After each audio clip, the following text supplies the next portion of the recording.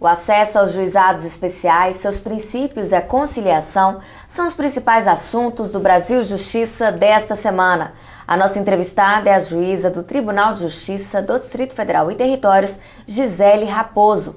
Magistrada há 17 anos, ela trabalha no 3º Juizado Especial Cível de Brasília. Doutora Gisele, muito obrigada pela sua presença aqui no programa da MB, o Brasil Justiça. Muito obrigada a você e à MB por ter me dado essa oportunidade de falar um pouco sobre os juizados cíveis e criminais aqui do DF. Doutora Gisele, os juizados especiais são um importante meio de acesso à justiça. Explica pra gente quais são as suas atribuições. Bom, os juizados cíveis e criminais foram criados pela Lei 9.099 em 1995 e tem por finalidade, na área criminal, julgar os crimes de menor potencial ofensivo. São os crimes punidos com até 2 anos de reclusão ou detenção e as contravenções. Já os juizados cíveis julgam as causas de até 40 salários mínimos. Os juizados especiais são órgãos do Poder Judiciário. Quem pode entrar com ação nesses juizados? Então, nos juizados cíveis, qualquer pessoa física ou uma microempresa pode propor uma ação. Agora, há limitações. Os incapazes, os presos, a massa falida não podem ser parte, assim como órgãos públicos. Nos processos criminais, o autor é sempre o Ministério Público? Nem sempre, porque existem as ações privadas, em que uma pessoa que se vê ofendida, por exemplo, pode entrar com um processo de calúnia contra outra. Qual o valor máximo que pode ser cobrado nos juizados especiais? Bom, os juizados especiais cíveis, o valor máximo é de 40 salários mínimos, que dá em torno de R$27 mil. Nos processos criminais, o autor é sempre o Ministério Público ou não? Não, nem sempre, porque nos crimes de ações de iniciativa privada, como por exemplo a calúnia, a injúria e a difamação, aquele que se sente ofendido é que tem a iniciativa de até a delegacia noticiar aquele crime. Então, por exemplo, acontece muito nos juizados criminais a calúnia, a injúria e a difamação. Briga de vizinho, em que um vizinho chama o outro de ladrão, de desonesto, uma vizinha chama outra de vagabunda, de piriguete, ela se sente ofendida, ou ele se sente ofendido. Vai até a delegacia, lavra um termo circunstanciado. E o que é um termo circunstanciado? É o antigo inquérito, o antigo não, é o inquérito policial, só que simplificado para a lei dos juizados. Ele vem em forma de quê? De um boletim de ocorrência com informações pontuais e precisas para instruir o procedimento no juizado criminal. A partir do momento que aquele fato é noticiado na delegacia, o delegado encaminha o termo circunstanciado ao juizado criminal competente, que é o do local do fato onde aquilo aconteceu. Então, se o fato foi em Sobradinho, vai para o juizado criminal de Sobradinho. E lá vai ser marcada uma audiência de conciliação em que essas partes elas podem fazer um acordo, né? Esse acordo pode ser um pedido de desculpa, me desculpe, eu não faço mais. Ou então pode ser um acordo de eu não falo mais com você, a gente não dirige mais a palavra um para o outro. Pode ser feito um pedido de desculpa, me desculpe, acabou, está arquivado. E se não houver essa possibilidade, aí sim, o ofendido tem que entrar com uma queixa-crime para que o processo corra regularmente, mesmo assim ainda com a possibilidade de haver a transação penal. Qual é o valor máximo que pode ser cobrado nos juizados especiais? Bom, os juizados cíveis têm um sistema bastante diferente das varas cíveis. Então, o objetivo dos juizados cíveis foi justamente diminuir o tempo de tramitação de um processo e facilitar o acesso à parte, ao cidadão. Aquele que tem uma causa que varia em até 40 salários mínimos, pode entrar com o processo no juizado cível. Se a causa for até 20 salários mínimos, que dá em 12 mil reais, né? Ele pode entrar sem advogado, né? Se tiver até 40 salários mínimos o valor, aí tem que ser acompanhado de advogado. Entre 20 e 40 tem que ter advogado. Assistência à população é gratuita? Bom, a defensoria tem regras para essa assistência, certo? Então tem que se adequar àquelas regras estabelecidas pela defensoria. Como funcionam os juizados especiais aqui no DF? Bom, aqui no Distrito Federal nós temos juizados especiais instalados em todas as circunscrições. Alguns são de competência geral, são cíveis e criminais, outros são só cíveis, separados dos criminais, né? E que não se confundem de modo algum com o juizado de violência doméstica, que tem outra competência, né? Então, eu acho que isso é fato que veio desafogar o sistema antigo, em que todo fato criminal ia para uma vara criminal, e que a gente tinha na mesma vara tanto a lesão corporal leve quanto o estupro. E do mesmo modo, na vara civil, que nós tínhamos um roubo de bicicleta, em que o valor do bem era R$600, com um roubo de uma Ferrari, entendeu?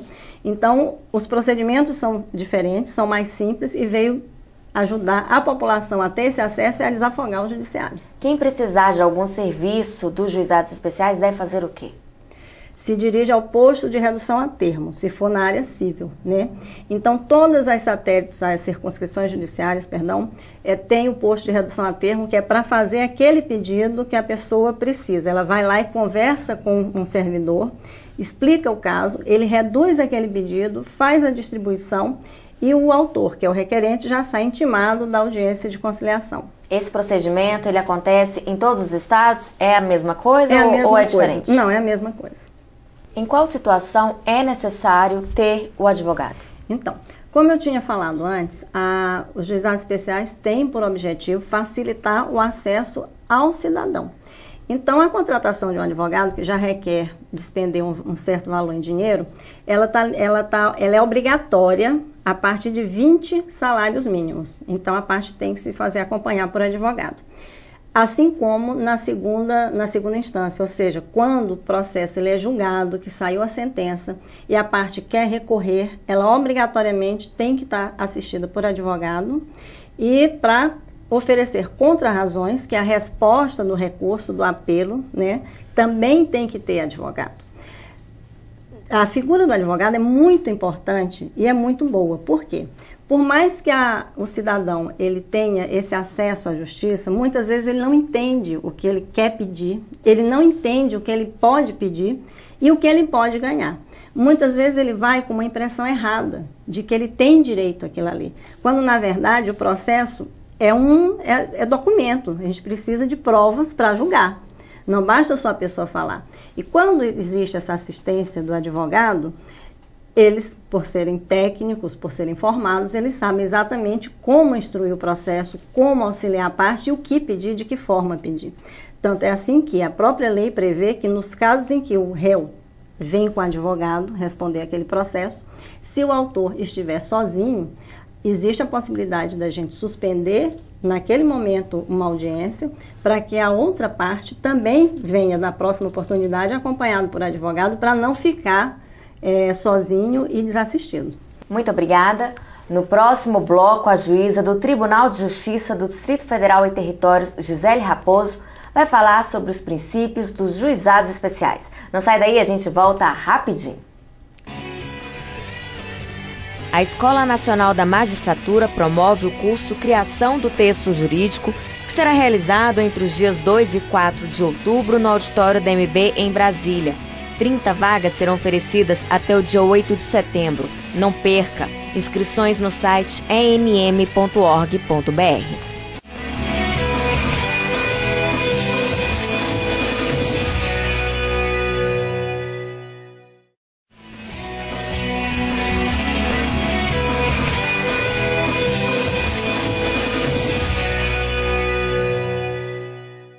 Estamos de volta com o programa da MB O Brasil Justiça. No primeiro bloco, conversamos sobre o acesso aos juizados especiais.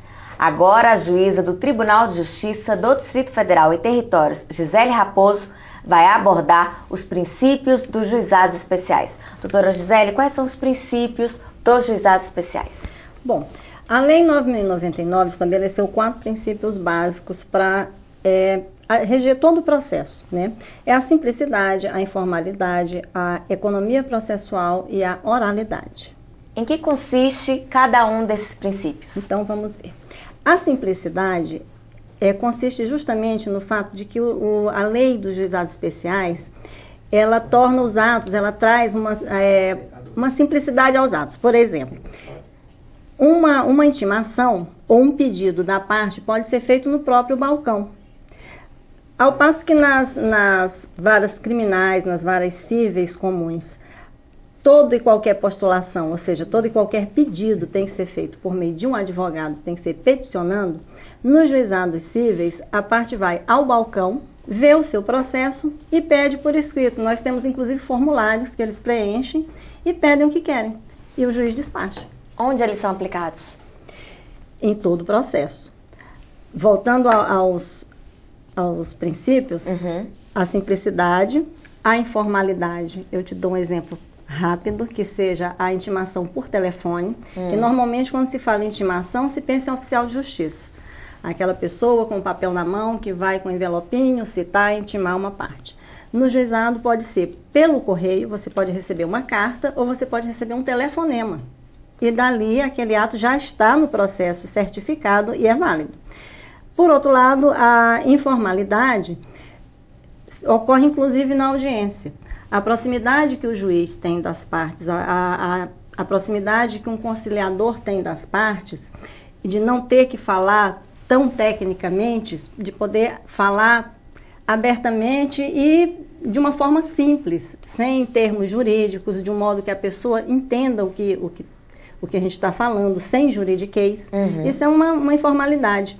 E por último, a economia processual. Um processo é sempre muito caro, todos os atos são pagos, mas no juizado a gente busca ao máximo minimizar esses gastos, seja pela intimação por telefone, seja a intimação pessoal no balcão, seja quando se remarca uma audiência de instrução e já sai todo mundo intimado, ou mesmo quando ocorre uma intimação para a instrução do processo, ou seja, para ouvir testemunha, em que a parte se compromete a levar aquela testemunha. Já não precisa de intimação também. Então, tudo isso resulta numa economia processual. Qual a importância da aplicação dos princípios dos juizados especiais? Tornar o processo mais rápido, mais efetivo e mais próximo do cidadão, mais acessível ao cidadão.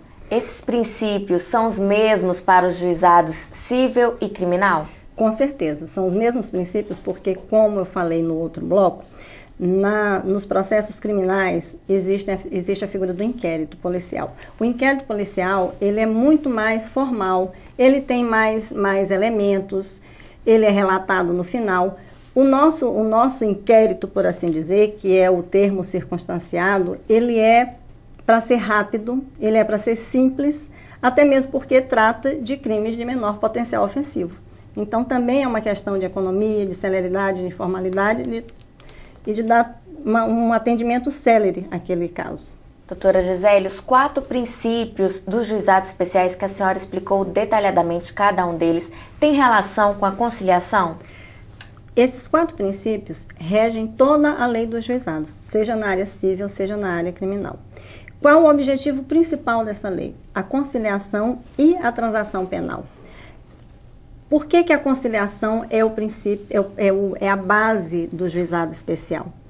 Porque quando as partes conciliam, elas chegam a um fim de um litígio, seja na área civil ou criminal, sem que movimente a máquina e sem que a pessoa tenha que recorrer àquele embate judicial.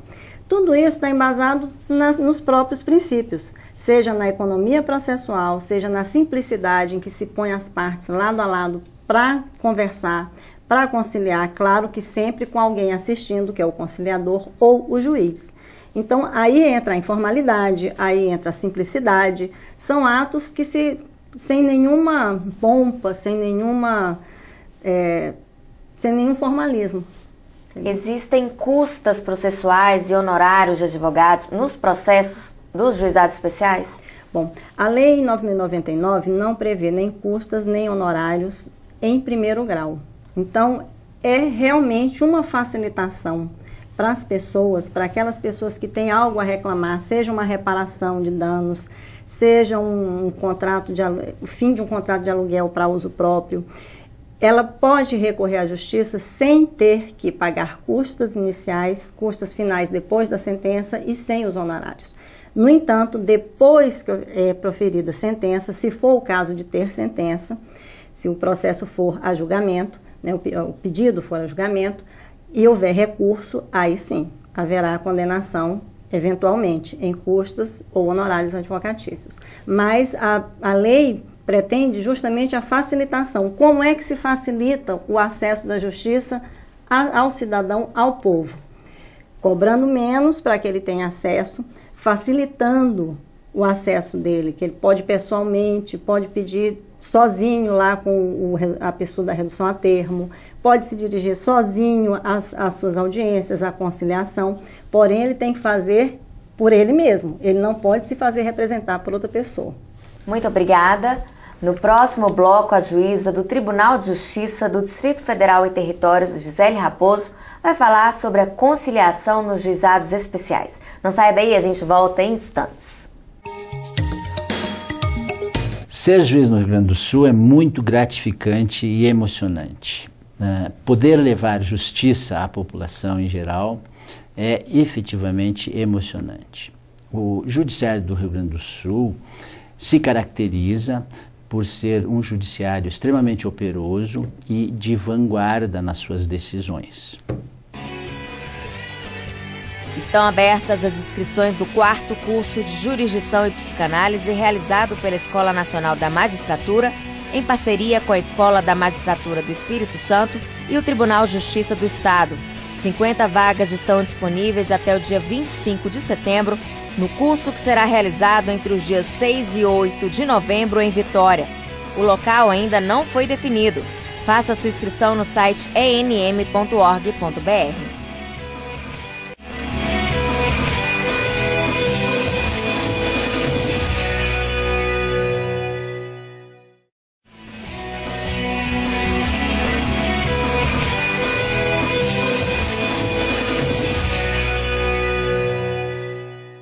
Estamos de volta com o programa da MB O Brasil Justiça. Nos 2 blocos anteriores, conversamos sobre o acesso aos juizados especiais e os seus princípios. Agora, a juíza do Tribunal de Justiça do Distrito Federal e Territórios, Gisele Raposo, vai falar da conciliação nos juizados especiais. Doutora Gisele, o processo de conciliação entre as partes acontece, na maioria das vezes, de forma pacífica? Bom, isso depende muito de cada caso, porque nós temos a conciliação tanto na área civil como na área criminal. Na área civil, nós temos casos e casos. Por exemplo, se você vai conciliar com uma empresa, né, uma questão de conta errada de telefone, o consumidor contrata um serviço e ele vem todos os meses vem cobrando a mais. Então ele vai ao juizado pedir o ressarcimento daquilo que ele pagou, enfim, não pagou, mas pedindo que seja cumprido o contrato de acordo com aquilo que foi efetivamente contratado. Nesses casos de conciliação entre empresa e consumidor, normalmente ocorre de forma mais pacífica. Ou não ocorre a conciliação e o processo vai a julgamento, né? O pedido vai a julgamento. Agora, quando acontece, por exemplo, uma briga de vizinhos por causa de um muro, a construção de um muro, são casos que realmente a gente precisa ter muita paciência e muito tato para entender o problema de cada um, porque cada pessoa tem uma visão do seu problema. O muro está mais alto do que o combinado. O muro foi pintado na cor errada. O muro não é do material combinado. Ou o muro tem um buraco, o terreno é em declive e a chuva, quando vem, tira a água empoçada de um terreno e passa para o do vizinho de baixo. Está errado, né? Tudo isso são questões que dão muito trabalho para conciliar, porque são questões que envolvem gasto, envolve uma pessoa abrir mão, ter que gastar um pouco mais para conduzir aquela água para outro lugar, mas eu creio que a única forma de resolver esses casos é efetivamente a conciliação. Porque um julgamento de um caso desse nem sempre põe fim ao problema, né? Porque a justiça pode determinar que se faça um determinado serviço. Se a parte descumprir, vai caber o quê? Apenas a conversão em perdas e danos, mas não é efetivamente o cumprimento daquilo ali. Então, muitos casos levam para a conciliação.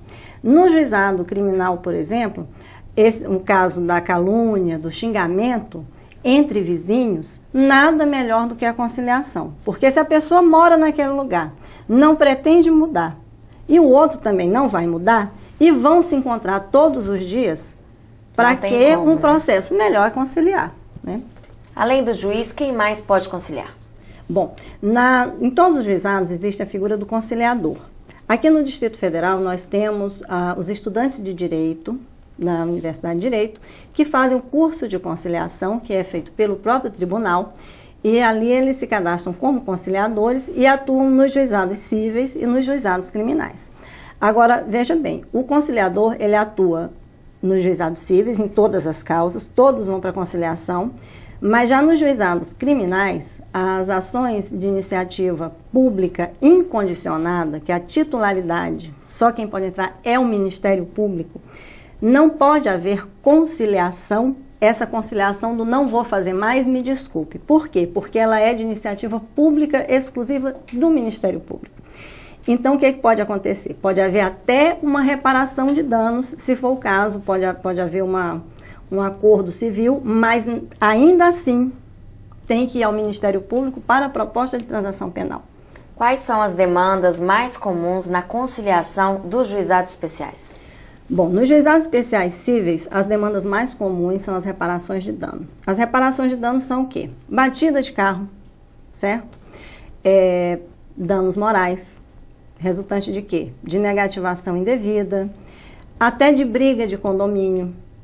Tem muita reparação de danos morais decorrente de briga de condomínio, a época que vai ter eleição de síndico e tem chapas e as pessoas brigam e se xingam, aí entra com a ação de dano moral. Hoje em dia é muito comum se pedir o dano moral, até mesmo, me desculpem as partes, sem embasamento jurídico nenhum, porque não é tudo que entra, que atropela um direito fundamental seu. Não é o fato de você ter o seu carro batido, só por isso ter um dano moral. Né? Tem que ter um fato a mais para que aquilo entre na sua esfera moral.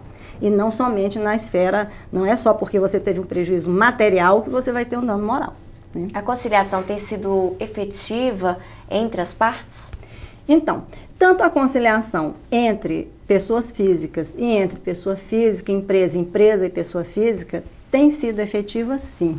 O número de execuções varia muito de circunscrição para circunscrição, mas eu vejo, onde eu atuo, que tem sido muito efetiva a conciliação, porque normalmente na área civil requer pagamento, as pessoas cumprem o acordo, mesmo porque quando aquele acordo não é cumprido, já não precisa mais o processo voltar a andar, já é um título executivo judicial. Dali já se parte para uma execução. E a partir do momento que se vai para a execução, cabe o quê? Penhora de bens, cabe penhora Bacenjude, que é da conta bancária, cabe a penhora através do sistema Renajude, que é o carro.